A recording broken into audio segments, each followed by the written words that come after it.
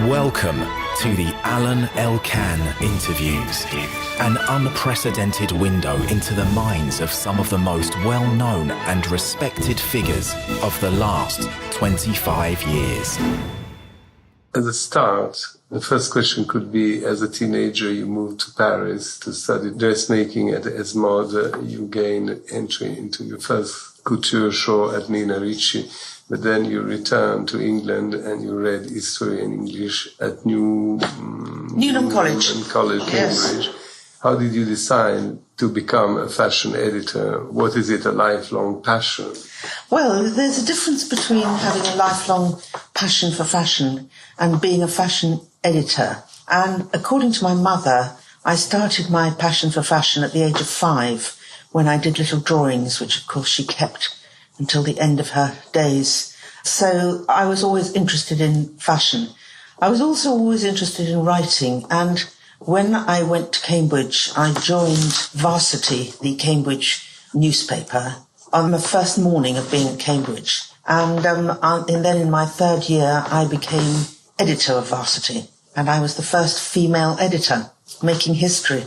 So how did I decide between fashion and journalism? Well, I didn't really, because at the beginning, it's also difficult to explain to people, because when you have a change of time, now I think it's almost, it's not something a smart woman from a university would want to do particularly, is to edit and write a woman's page in a newspaper.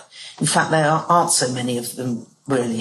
And yet at the time, when I was the first woman editor there, and then I joined the Times of London, I joined specifically to be a contributor to the woman's page. This was something incredibly new for the Times, because we're talking about 1967. Just before the 68 events, when the world changed. Yes, right? Yes, exactly. But I mean, the Times was also changing. So, you have to understand that my decision to go into journalism and then work on a woman's page, which, as I say, I think today would be not the choice of most women who studied journalism, not the first choice anyway. The whole aspect was different then. So you were a pioneer, right, of a new genre that didn't exist. I don't know that I would say I was a pioneer. I think it's rather an over... But fashion was already something maybe less popular, but I mean the Vogue, the Bazaar, all that. Yes, of course, magazines, but less in use. Even before the war and the photography and all that. Right? So fashion has been a long time, was linked to the ballet russe. I mean, there's a long story, which you liked. Yes, absolutely. But, remember, I wasn't working for Vogue then. I was working for the Times of London and subsequently for the International New York Times, International Herald Tribune, as it was during my career. You consider yourself a journalist? Yes. Not a critic, not a writer. Journalist first. And journalist means you wanted to give news, to discover new talents, to talk about the trend. What kind of... Yes, I don't know. It's only when you're asked to divide all these things that you think of them as separate units. I consider that part of all journalism is a kind of curiosity, to find out the why and the how and the where. And, now I work for Vogue, and for the actual Vogue magazines, I would not say that what I've just said applies particularly to magazines. But again, the world is tilting again now, because now that there's a digital side to magazines, which gets more and more important. Obviously, the idea of breaking news, something that was impossible to imagine in a magazine of the past. Right. You can have breaking news now. But you liked the journalism. Yes, I like journalism. And I do think that, yes, judgment as well. But I don't know that I'm particularly skilled or involved in being a pure critic. I'm more interested in putting my criticism in the context of what I think is around, in whether I see in what I'm looking at a reflection of what's happening in society, whether I see in the designer a change in her or his aesthetic, or whether it seems to be a bit stuck in the rut.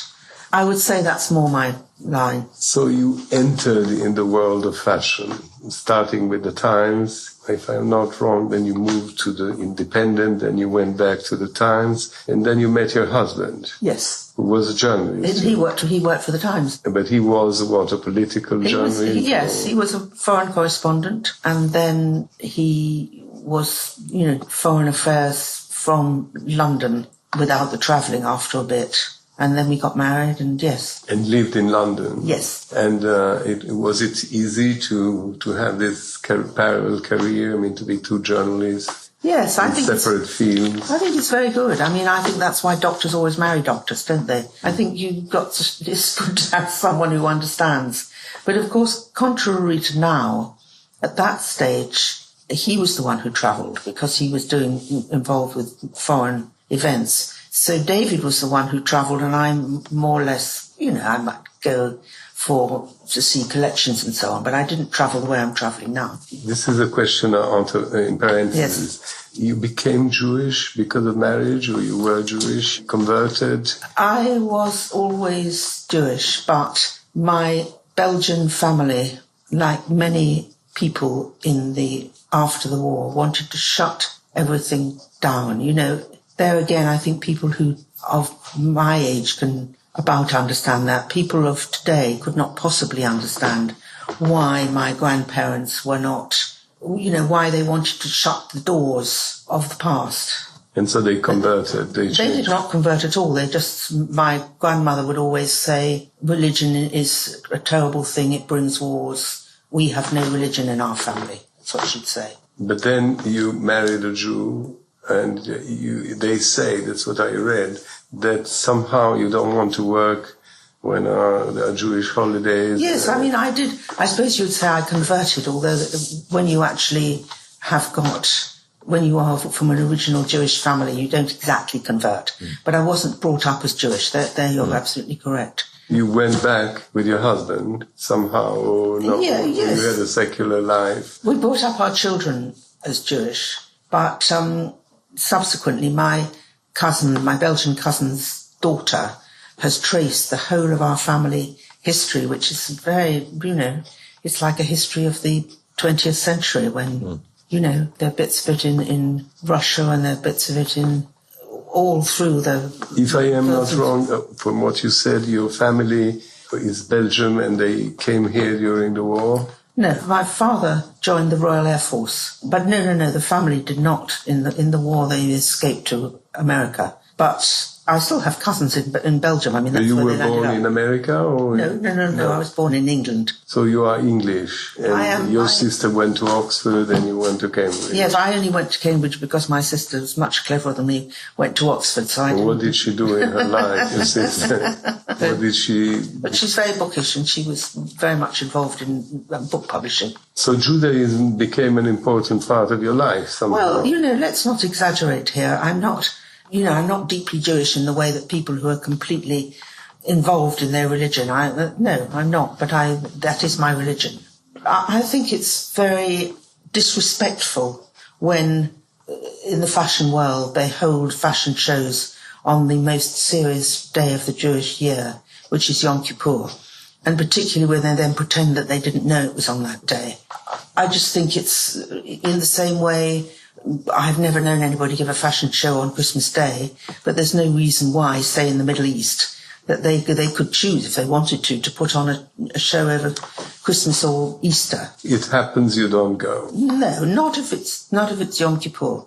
That's really serious. Some of the less big things, one can't exaggerate with these things. But now, as you became such an important judge in the world of fashion, they may change it, or... I don't expect people to do anything on my behalf, but I just think that, even if you're Italian and the whole country is Christian, I think that particularly with an industry like the fashion industry, which has got a lot of Jewish people in it, that, all you've got to do is move it by, move the start of the shows by a couple of days. It isn't as though it's some sort of megawatt change. So slowly in your life, English life with your husband, and you created a family, then you worked at the Times again, but then you became a Herald Tribune the voice, the fashion voice for the Herald Tribune for 25 years, if I'm not wrong. Why did you change? They called you and said, please come, how did it? Yes, they offered me the job, and I had always been,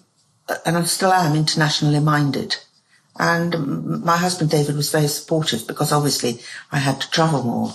I mean, particularly to Paris. And remember, when I started, this was before the Eurostar, so you actually had to get on a plane or a boat to get to France. But, it all worked out, and the pace of fashion wasn't nearly so violent as it is now. But you lived in Paris too, or you had to live in Paris? We bought an apartment in Paris so that, so that I could divide my time, as it were. As we talk about Paris, and so first of all, you happily worked for all these years with the Herald Tribune. Yes. And somehow when it became New York Times, you went away, right? You changed. You didn't want to follow I changed before they threw me out. Luckily, Jonathan Newhouse offered me this fabulous job. You think they would have thrown you out? Well, thrown me out.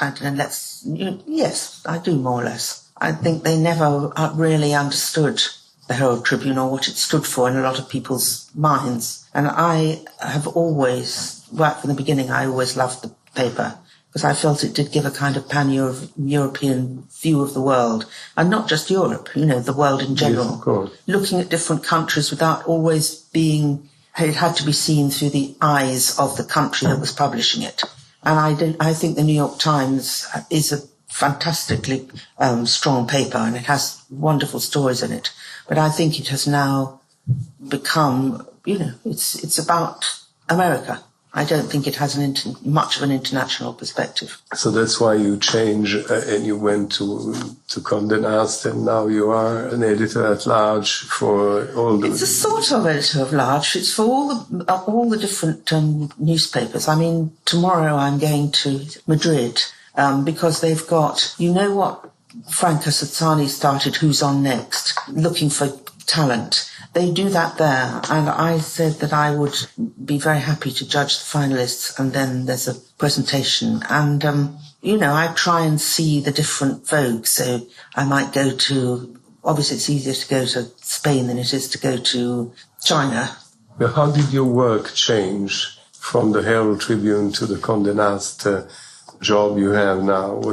Because you also changed from paper, you went into internet, right? Which is also a very modern and contemporary way to follow journalism. Journalism has changed a lot in these last 10 years, no? So what happened? I think you've answered your own question, that the world changed. For me, you see, that the point about writing is that words are words.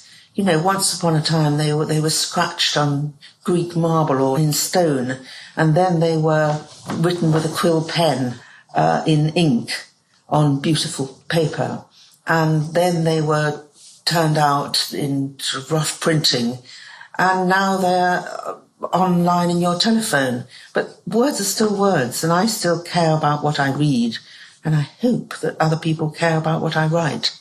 So what do? You write articles, you take photographs, you have a very special Instagram also, right? You take pictures all over the world. Well, they always make me smile in the Grand Hotel de Milan, in the Via Manzoni, where I've stayed for 100 years for the collections. They tell me, those who remember, that I was the first person to show them the computer. In those days, the computer was, heavy thing. You probably had one. Yeah. And I don't know how long ago we're thinking back, but at least 25 years.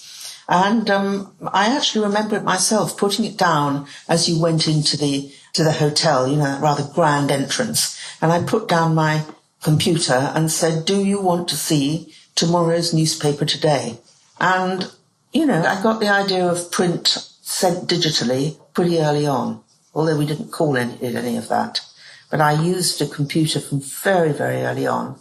And in the same way, I think I used a smartphone pretty quickly. This has changed your job, the kind of job you do, the fact that you moved from the printed page and the daily newspaper, to this kind of constant flow of news that is the internet, right? You don't even know what day news come, pictures all the time. You know? We have we don't know for how long, but at the moment there is a president of the United States who is tweeting instead of, and journalism is quite different, and newspapers are suffering today, from this change. Well, they're suffering, but I think that the New York Times itself has a really excellent website. I think it's taken a long time for people to learn. The Guardian in England also has an excellent website.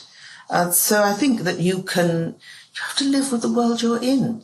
I'm sure that there were people in the 1920s who sat in their horse and carriage and looked out at some car ejecting horrible greasy air and said, these things will never catch on. But, of course, these things do catch on if they work. Don't you read things also online? I mean, I think that I like books. I like books as in books that you open. And because I'm so much on my devices, I find on holiday, I love sitting in the mountains where we have our house in France, and sitting reading a book, an old-fashioned book. But, when you go off on a plane, I've just been for nearly 2 weeks. I mean, how could you carry enough books around? I don't know how we did it. Now all you have to carry is all these devices to make sure that you can charge your various devices. But going back to fashion, so you start, let's say, jumping into the fashion world as a professional critic, writer, journalist. You even wrote some books. And how has fashion changed since you started? I mean, does a journalist can have a shushu or someone he really likes, or you have to be impartial? How does it work? I try to be impartial because I don't think, and I've always tried to tell my assistants that it's not good because you like it. You like it because it's good. And that's the line that I try to take. But there are people who I've written about endlessly. I mean, Karl Lagerfeld at Chanel, for example. But I'm somehow not a Chanel person. And whether it's the real expensive and glamorous thing or whether it's the millions of copies that have been made of Coco Chanel's work, none of it has ever worked for me personally. But that doesn't mean I think less of what Coco Chanel invented and what Karl Lagerfeld continued with. It's not, with me, it's not personal. You didn't meet Chanel yourself, Coco Chanel? I have a shameful story about myself and Coco Chanel. When I was fairly junior, I saw what was one of her last collections. And there we were in the Rue Cambon, and she sat on this stairway. And she was a very wrinkled up old lady. And I thought the clothes were unbelievably boring and total grandmother stuff. And I mean, I'm not proud of this admission, but it's important to me in a way because she has impressed you as a person, even if I didn't have any. I wasn't even. Past. I never was introduced to her. I mean, I was much too junior for that. But I mean, what she actually achieved is extraordinary. And she foresaw so much of women's lives and how they wanted to be and to be more like men and dress more like men. But what I'm trying to say here is that, you don't have to want to wear I don't have to want to wear the clothes personally to give somebody a good review. The opposite, really. Yeah, but this thing you just said about wanting to give the woman a chance to be like a man. I'm not a fashion journalist, but this is something that, for instance, a man like Armani tried to do, no? He always says he wants a working woman or others. Instead, there are fashion designers more extravagant, yes, like Prada or Westwood or Lacroix or Gaultier. I mean, other people. Or Dolce & Gabbana, who are... Well, I mean, that's fine. I don't think designers have to have a cause. I think that what designers do or are supposed to be doing is making clothes. I think we should come a little bit back more to that.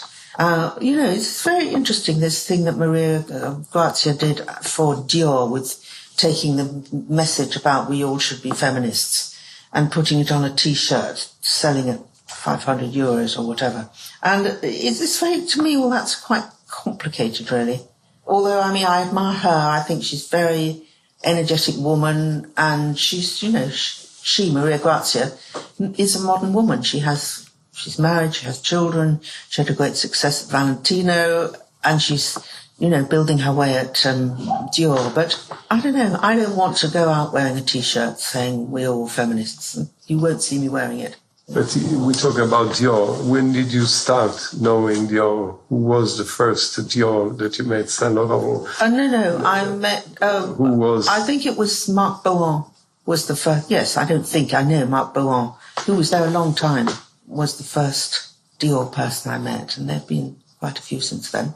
How do you feel about these people who work for the same brand, Dior, for instance, and they change over the years? Prada is Prada, she owns the business, and she's always Prada, Armani is always Armani, or Gaultier is Gaultier. In the case of Chanel that you quoted, Lagerfeld, it has been Chanel since Chanel. In other places, the designer comes in and becomes Elbaz becomes Lanvin, or another one becomes Dior. What's the difference? I think it's a very good question, because it gets to the heart of what is happening in fashion now and in the world, I think. It's this idea of next. And I think it's very confusing in terms of established brands. There seems to be an idea circulating now that nobody can keep an established brand alive for much longer than 3 or 4 years. You've got to change. I'm not so sure that it's going to work in the long term. In the short term, it seems to me you can rev everybody up and get them very excited that a new designer is coming in. But, after a certain point, where's the stability in all that? Particularly in my interest is not in the financial side, although obviously that's part of it. But, in terms of the art of design, I think it's very strange, this comparatively new idea that you're changing every 3 or 4 years. I'm not convinced by it. We can notice, I don't know if it's an artistic thing or if it's a commercial thing, but for instance, when I was young, there was a shop in Florence called Gucci, and mothers maybe went to buy a bag as much as Hermès in Paris, right? Not the same level, but... And today, suddenly Gucci became a huge fashion thing, and they make more money than Hermès, than Dior, than anybody else. So, what is that? Well, how this happens suddenly? Well, it's bigger than that, isn't it? It's this whole thing of the fashion world being divided between these huge groups.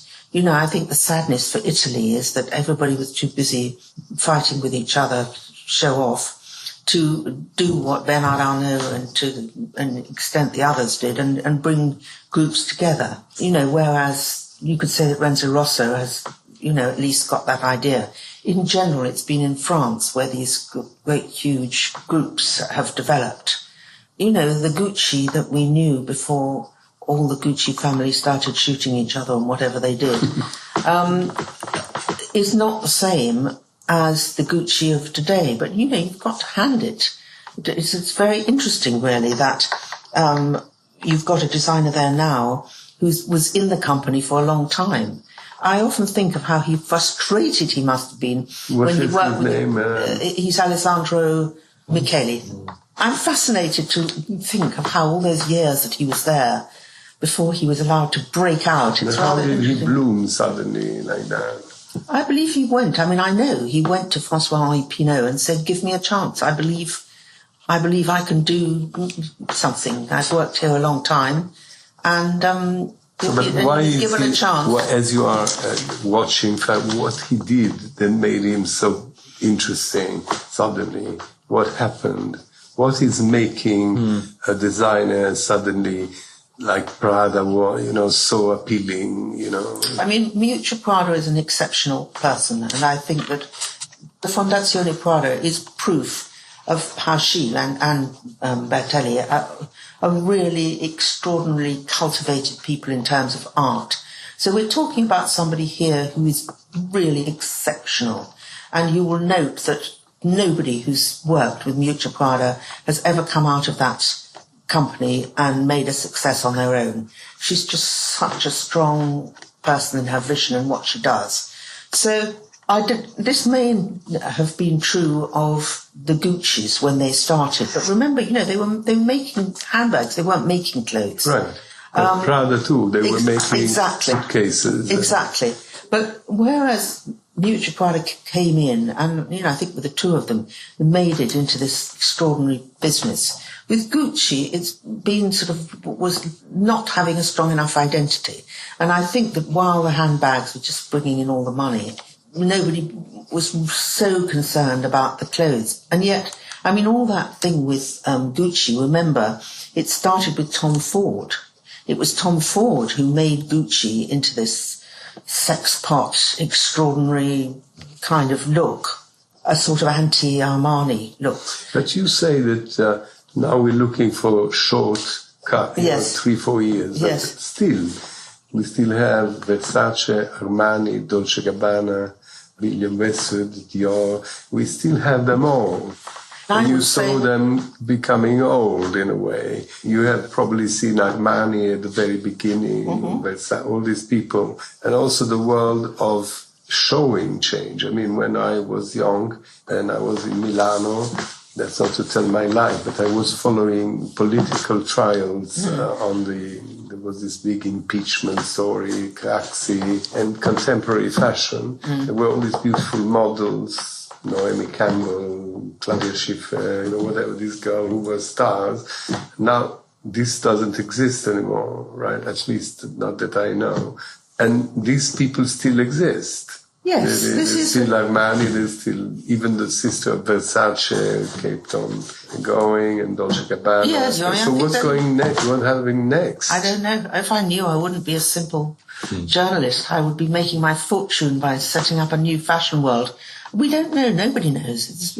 And you're quite right in your comments, because the reason why most of these companies are looking for new people is because the person who was at the head of it has either passed away or given up or whatever, or got old and not strong enough. But I go back to what I didn't really finish saying, that this idea of these huge groups with Kering, which after all owns Gucci, with Kering and with Arnaud's many companies, they have decided to have a system which they're using, a fashion system which they're using. I don't know whether it is the best thing for fashion. What is this system? Well, what you've been talking about, finding a new designer. Dior's getting a bit boring. Let's get John Galliano. Or John Galliano's out.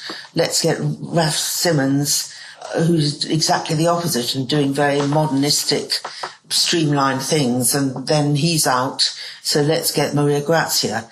I'm not meaning to be as dismissive, because some of these people are very good designers. But the idea of continuity that you have had with Chanel, having the one person in Karl Lagerfeld, is clearly not in these other brands. So going back to what you were asking me about Gucci, it's just this current idea that you've tried somebody doing rather smooth, not any kind of show-off, very sort of quiet, beautifully made clothes, and then, boring, let's go on to the next one. Let's take somebody who's going to do crazy things, and we'll have crazy shows, and there's the colours, and my necklace, and... You talk about Dior. Dior was famous. He invented a new look, right, in the 50s. Yes. Some others, Mary Quant, she invented the miniskirt. We had things who are landmarks in the fashion history, right? Or we have cases like Saint Laurent, who works for Dior, and then with his friend Berger, they decide to jump and make their own company, right? There are very few people who make their own company today. Why? And what is the trend? Is there anything new in fashion? And why Elbaz, Maria Grazia, whatever, they don't make their own company and they don't build their own name? They have to be Lanvin, they have to be Dior, they have to be Balmain, they have to be something else. Okay, let's start with something simple about a change of fashion that no one's expecting. For the first time since the Victorian era, with those bustles at the back, you know what I mean by bustle, the things that go under skirts, to shape them. And so since the first time since the Victorians had these bustles at the back, so that, concentrating on the back there, suddenly the back of the woman has suddenly become tremendously exciting, and the dernier cri, as they used to say, with Kim Kardashian going around. And, I'm somebody who, from the age of about 14, thought that I had much too large a behind and spent my whole life trying to hide it. And now you go out in the street everywhere and you see that, Kim Kardashian look is everywhere. Women all get stretched trousers and are hoping that they will have a large bottom in order to show it off to the world. It's a genuine change, and it's a genuine change of fashion. So what does it mean? I mean, this isn't some fashion designer who invented it. This is something that's actually happened. And, I myself think it goes with quite a big change. It's really the whole sense of vulgarity that, of course, is not just about looking vulgar and waving behind your derriere in fashion. It all goes much deeper than that, because you got the Kim Kardashian look first and all that, a general sense of vulgarity, and then you get Donald Trump. And in this case, as in so often with fashion, the fashion comes first, except nobody realises it. People in the fashion world are very snotty, you know what that word means, look down and say, Kim Kardashian, she's got to be the worst dressed person you've ever had going down the red carpet. But there is a whole mass of women now, for their own reasons, who want to copy her. Yeah, and but there is when Valentino does La Traviata in Rome, and he makes all this chic thing, the guest of honor is Kim Kardashian. She's late and everybody's waiting for her to come instead of being Greta Garbo, right? Exactly. I mean, you've got it in one. It's such a conventional, old-fashioned, classic, great, whatever it's called, I'm willing Taylor, as Valentino. I'm willing to bet you €10 that it was Giancarlo Giametti who invited her and said, we must have her. So if you want to take on that bet, we can find out. You're right. So in synthesis, you think we jumped into a vulgarity that didn't exist before? I'm not saying it didn't exist before, but people didn't want to display it before. So even the concept of beauty has changed. Definitely. Or of elegance. Yes, and I feel I'm not being very directed in my answers that I'm giving you. I'm going from one thing to another, but so are your questions to a certain extent. But, I would say as an example, I don't know whether you know that one of the things that I do for conferences on luxury, which I also did for the New York Times, the International Herald Tribune. I've been doing them now for 17 years. In last month, April, we went to Oman because I wanted to do a conference on mindful luxury. Luxury when you think about it before you do it. Anyway, that's neither here nor there. But I discovered from going quite a lot to the Middle East that there was somebody on Instagram who I had vaguely seen before who was getting her Huda, she's called. Huda, I can't remember her second name. And Huda Beauty is the absolute person on Instagram. And she now has, I believe, when I asked her if she'd speak at the conference, she had 13 million followers. And I believe she now has 18 million. Probably since yesterday it's 19. And she does beauty you can look up on your phone as you leave here. And it's very interesting because for as long as I can remember, beauty has always been something that's considered fairly unobtainable. That if you are a beauty, you are blessed that you are beautiful. And all the houses selling makeup can do is to help you try and achieve even a glimpse of this perfection, which you see in the pictures and you see everywhere. Huda and Huda Beauty take exactly the opposite view. They take the view, if you want to make your eyes look bigger, here's how to do it. If you want to make your nose look smaller, here's how to do it. And showing you how to do it, all these things. And it's already made a lot of the approaches of the big companies, the Estee Lauders and whoever of this world, they have already changed because, there again, when you went into the stores, I dare say you guys didn't actually much go into the big stores to look at these things, but all those fashion things was always the idea of, here is a picture of perfect this and that, and, you know, if you buy this, you will start to look equally beautiful. Not at all. And, you know, just the way that people were received in the stores. And it's still true to a certain extent of some of the big stores, you know, rather grand, rather sort of not exactly looking down on you, but, you know, very sort of grand. And yes, I'm sure we can help you. We have wonderful products here. And they've had to change that.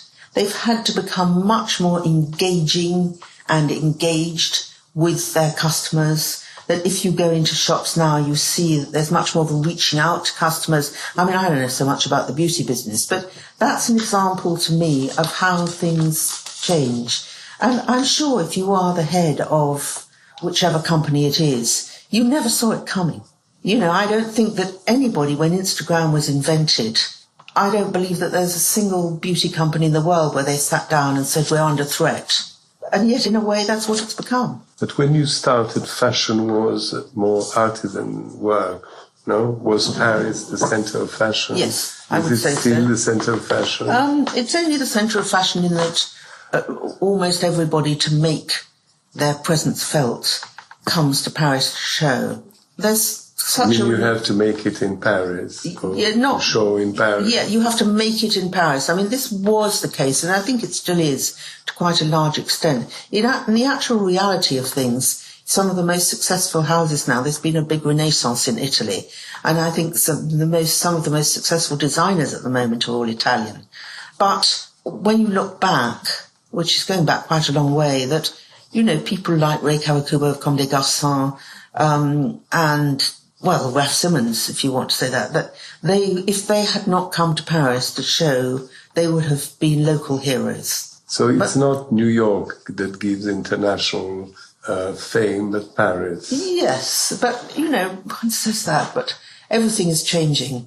And certainly if you can get onto any of the international collections, I think you become automatically better known. But, you know, there again, now it's different, because using social media, you can be showing in the, what shall we say, you know, one of the 3 Russian fashion things, and you can make yourself known by pushing yourself on the internet. But there is still place for artisans, for eccentric new, like could have been Gautier or Lacroix in a very different way, or Alaya or Westwood or new. I think there's always going to be space for the poets and artists of fashion. I mean, God help us if there's not space, because, you know, if it's only going to be H&M that produces fashion, you know, you've got to have somebody who starts something. So what I mean is, whatever progress or change there is in the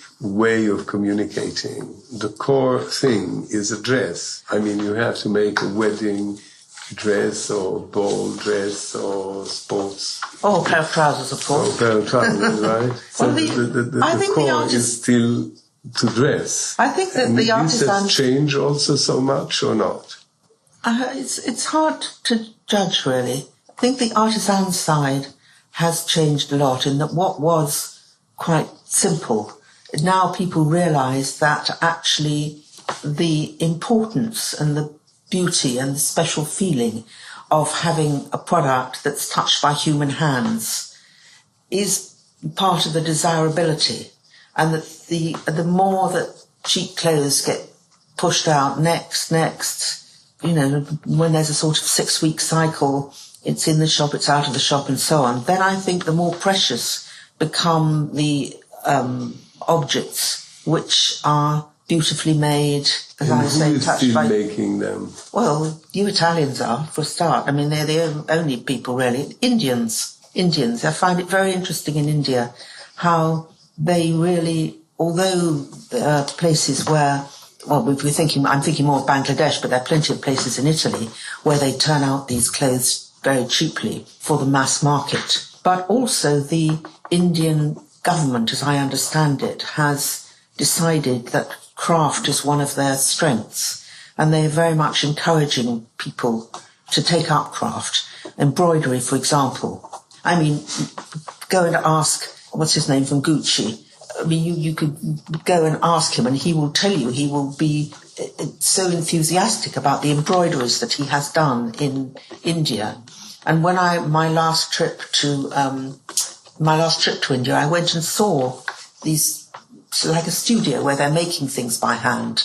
Very beautiful, and they make for a lot of the big houses. But you say Italy, but Italy is also the country that has invented somehow the pret-à-porter, to industrialize fashion. Absolutely, right? Absolutely. Is this good or bad? I think it's good. The question is, how is it then used? And I mean, the problem for Italy, as for any country, is that if you're only industrializing it, then you can always find somebody who'll do it cheaper somewhere else. And this is so true of China, although, I'm told, not that I know this is a fact, but people say now that China itself is getting expensive, and so now they're looking at Vietnam, or, the cycle goes on forever. But you see in one side you see a jacket you can buy, Chanel, whatever, for £10,000, and you can buy for £90 at Uniqlo, right? I mean, and Uniqlo or Zara, these they're not so ugly.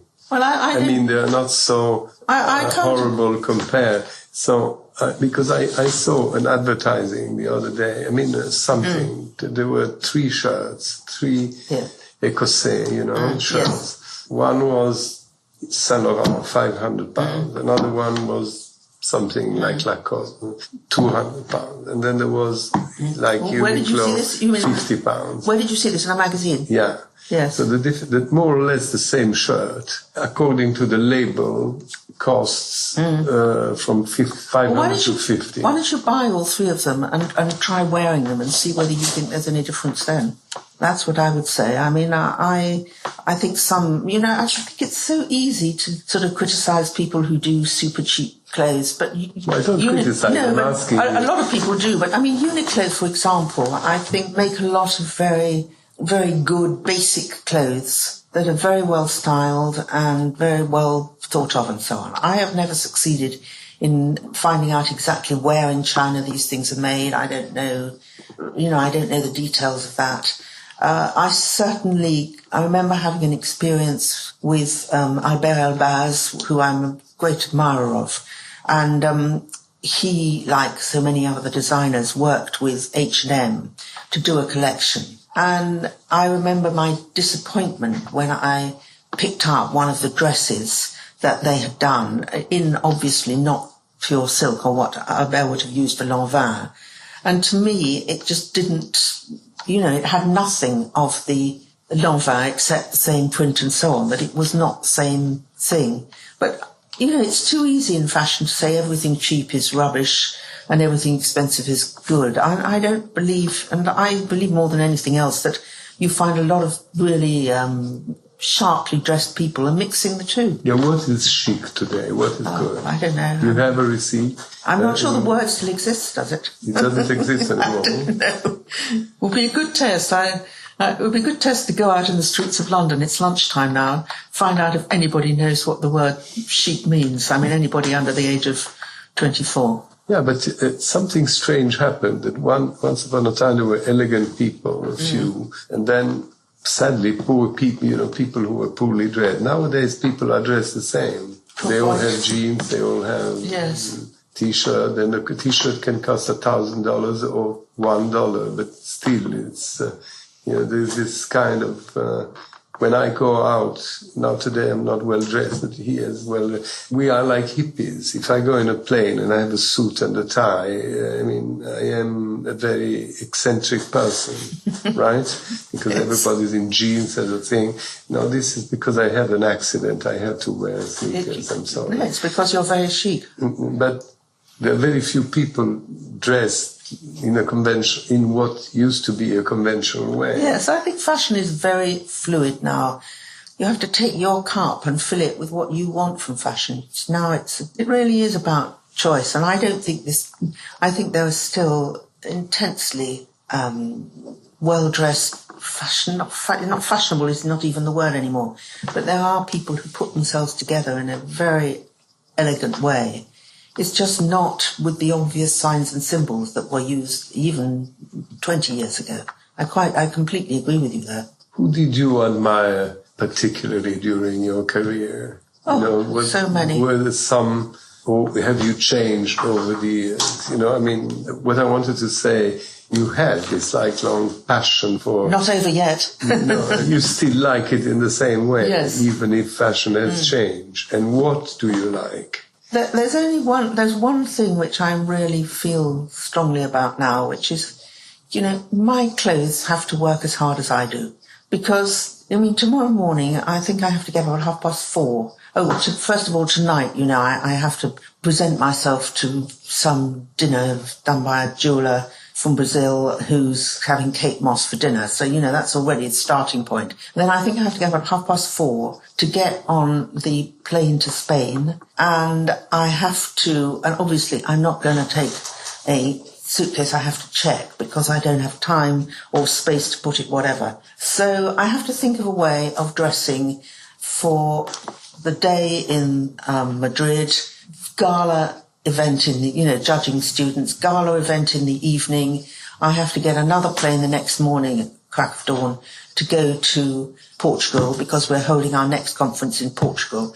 And in Portugal, I have to be walking around all day to choosing venues. So you're on your feet absolutely all day long.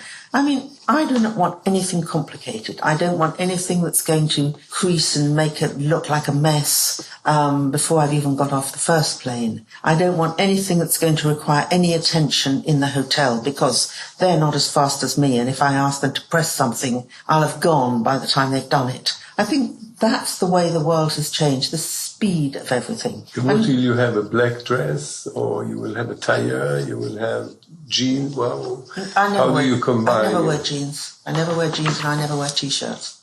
I wear a lot of Suzy Menkes because it fills a lot of those things that it doesn't require urgent attention all the time. But in general, I think that women really aren't prepared for what was required, more in the sort of post-war period with all those fancy outfits, not to mention hats and so on, although I like hats because they're fun.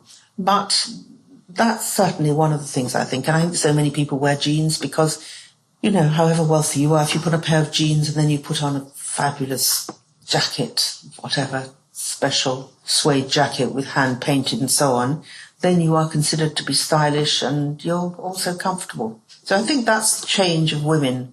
And of course it's men as well, because sportswear hardly existed when I started writing about fashion.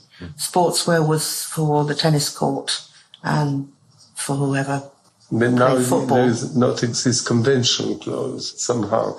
But can you just, before finishing, tell me if there are landmarks in your life? You suddenly discovered, I say just a stupid thing, then you saw Saint Laurent coming out, or you saw this coming. So which are the things? Oh, the events. But everyone always says the same thing. If you went round and asked 10 people of my age, although you probably couldn't find them, everybody says the same thing. Saint Laurent, a lot of them, but particularly the Ballet Russe. That was simply amazing and so surprising, and you were expecting a neat little tailleur and all the rest of it. This colour and movement was incredible. I think Grey Kawakubo with the torn things, the holes. We called it the Gruyere cheese sweater. Things with holes in. Deliberate holes, you understand what I mean? Mm-hmm. That, and then that sort of Asdine Alaya at the same time. Often those moments are about two people facing off each other. Of course, they're not showing together, but you've seen them within a couple of days. So there would be Grey Kawakubo with these very, very much, plain, flat clothes and strange things. And then you'll get Asdine Alaya with these amazing curves and so on. So you've got two absolute opposites. And there you have an emotion? Yes. You do have emotion. You have an emotion. And I remember also with, Giorgio Armani with the real way that he got tailored clothes, like mannish clothes, but made them look feminine. It was very powerful. And then Tom Ford at Gucci, when he did all those super sexed things. He never in his own collections did he ever get that same incredible moment that he had at Gucci, that for me anyway. there's so many of them really. Christian Lacroix, when he did his sort of amazingly imaginative, frou-frou, decorated kind of clothes in such exquisite taste. I mean, almost anybody who's made it, there's been a moment when there's been a fantastic show. When you go to a show still now, are you still expecting something? I am. And then being deceived or happy be according to what you see? I mean, when a season starts and you go see all these fashion, yes, are you still waiting for something to make absolutely. a frisson, or that you suddenly... What are you looking for? Talent? You're looking for the feeling, the emotion. The emotion. Of course you're looking for talent because it all comes into it, but it's the emotion and also the feeling that this is something new. I don't know that new is the right word. I don't know that newness is really anything, but it's, the exceptional, the rare, the extraordinary. I was somebody who, on the wall in my office in my home, there's this picture that somebody did of people who cry at fashion shows. Hamish Bowles was one of them, I was one of them, one other person. And that's it. I mean, if I find something wonderful. I think the last time I felt that was with a French designer. He goes under the name of Jacquemus. There's something so fresh and so different about his work. And he's just had something, I think this very week, because I couldn't go because I've been travelling so much, he's doing something in Marseille. And, he's somebody who you see it and the colour, the sense of his colour sense, the way he does things and so on. There's a freshness about it and you feel, yes, this is somebody interesting. So this is what you're looking for, always. Yes. I mean, in one way, you move to new techniques of work. You were sort of a pioneer of the computer work, and you keep on going with that. And in the same time, you also keep on looking for something. I don't even know I would say the word looking. I would say hoping for something. There is a famous Baudelaire line who says, "Au fond de l'inconnu, cherchez du nouveau." Yes, well, does it suit you? Is it you? I wouldn't be so pretentious as to say so, but if you say so. No, I mean, this is the synthesis of what you said. Yes. This is what you are. So it's an endless passion. Yes, it's an endless passion. But you are, as you said about Prada, you are also a woman of letters, of art. I mean, I'm also a woman of family, family. I've now got grandchildren. And you like that? I love it. Are you a good grandmother? You have enough time for your grandchildren? I've got 6 of them, 6 grandchildren. My son is in California. He works for Google. And I was just there. I went after the Met Ball and helped them move house, which is, what grandmothers should do. And no one in your family likes fashion? Well, this is what's interesting, is to say whether my grandchildren are going to be involved. My sons, fortunately, no. They've all got proper jobs. Thank you very much for this long interview.